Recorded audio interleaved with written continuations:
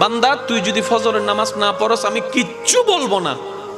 তুই ঘুম থেকে উঠার আগে সকাল বেলার সেই পেটের ক্ষুধা নিবারণের নাস্তা আমি রাজ্জাক রিজিক ব্যবস্থা করে দিব। আমি আমার যা দায়িত্ব সব পালন করব। তুই নামাজ পড়লেও করব, না পড়লেও করব।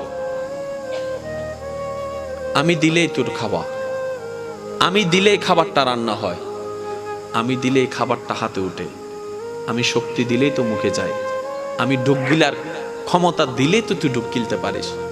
ওই খাবারটা পেটে গিয়ে আমি আল্লাহ হজম করাইলে তো হজম হয়, না হয়তো বদ হজম হয়ে সারা দিনের কান্না হয়ে যায়। আমি আল্লাহ স্রষ্টা হিসেবে যা করার সব করব।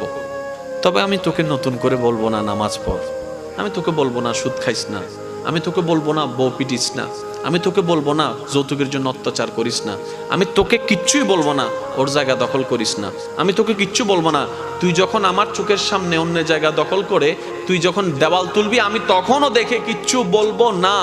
তুই বিয়ের আগে অবৈধ সম্পর্ক কর, আমি দেখবো, তারপর কিচ্ছু বলবো না।